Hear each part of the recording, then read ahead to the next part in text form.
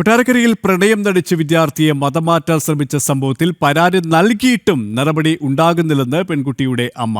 കുടുംബത്തിന് വധഭീഷണിയുണ്ട്. മതം മാറിയില്ലെങ്കിൽ മകളെ കൊല്ലുമെന്ന് ഭീഷണി മുഴക്കി. മകൾ നേരത്തെയും ജീവനൊടുക്കാൻ ശ്രമിച്ചിരുന്നുവെന്നും അമ്മ പറയുന്നു. മരിച്ചാൽ മാത്രമേ നടപടി ഉണ്ടാകുകയുള്ളൂ എന്ന് മകൾ തന്നോട് കരഞ്ഞു പറഞ്ഞുവെന്നും അമ്മ. ജനം ഡിബേറ്റിലാണ് അമ്മ ഇക്കാര്യം വ്യക്തമാക്കിയത്. പോലീസ് നടപടി ഒന്നും എത്തിയിട്ടില്ല. പോലീസ് എന്താ പറയുന്നത്? പോലീസ് ഇപ്പൊ പറയണത് 2 ആഴ്ചയും കൂടെ എടുക്കും. ഇൻസ്റ്റാഗ്രാമിന്റെ ഡീറ്റെയിൽസ് കിട്ടാനുണ്ട്. അതും കൂടെ കിട്ടിയാലേ എന്തെങ്കിലും ചെയ്യാൻ പറ്റത്തുള്ളൂ എന്നാ പറയുന്നത്.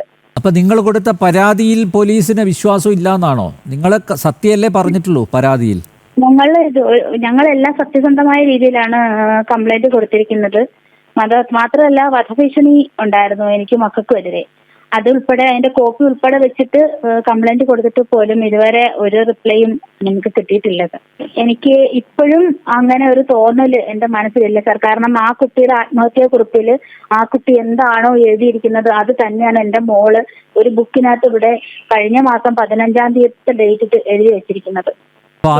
ശ്രമിച്ചിരുന്നോ മകൾ? 3 പ്രാവശ്യം സൂയിസൈഡ് അറ്റംപ്റ്റ് ചെയ്തിട്ടുണ്ടായിരുന്നു.